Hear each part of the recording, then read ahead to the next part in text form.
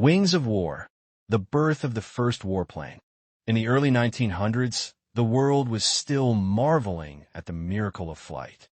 The Wright brothers had just proven that man could soar above the earth, but few imagined that these fragile wooden wings would soon be used for war. The skies were a new frontier, untouched by battle, a realm of peace, curiosity, and invention. Yet as nations raced to expand their power, it was only a matter of time before the airplane, that symbol of human triumph, will be turned into a weapon. The story of the first warplane begins in Europe on the eve of World War I.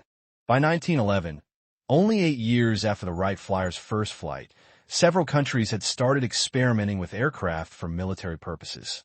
The Italians were the first to test the idea in battle. During the Italo-Turkish War, 1911 to 1912, Italian aviators flew simple biplanes over the deserts of Libya, observing enemy positions. These early reconnaissance flights were crude but revolutionary. They proved that planes could give armies the power to see beyond the horizon. But it didn't stop there. One brave pilot, Lieutenant Giulio Gavati, made history on November 1st, 1911, when he leaned out of his monoplane and dropped 4 grenades over enemy lines. His aircraft, a Taube monoplane, wasn't built for combat. It had no guns, no armor, and barely enough power to stay in the air. Yet Gavati's daring act marked the birth of aerial warfare. With that single flight, the age of the warplane had begun. As word spread across Europe, military engineers saw potential in the skies. The French, British, and Germans quickly began designing aircraft not just to observe, but to fight. By 1914, when World War I erupted, every major power had its own aviation corps. The early planes were flimsy and dangerous. Open cockpits, fabric-covered wings, and engines that could stall at the slightest mistake. Pilots carried pistols or rifles to shoot at enemies in midair, an almost absurd image of bravery and desperation.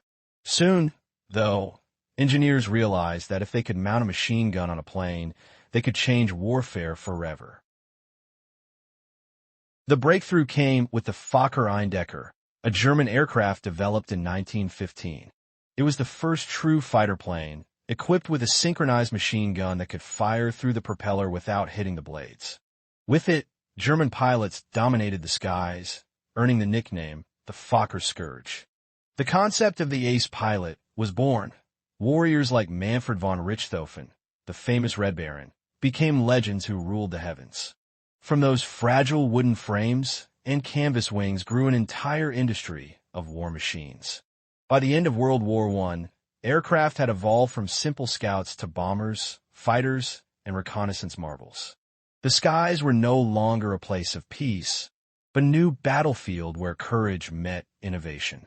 The first warplane had changed history, and humanity would never look at the sky the same way again. What began as a dream of freedom had become a tool of destruction. Yet in that transformation lay a deeper truth about human progress, that every invention, no matter how pure its beginning, can be shaped by the world's ambitions. The first warplane did not just fly. It changed the course of warfare forever, proving that the sky itself was no longer the limit.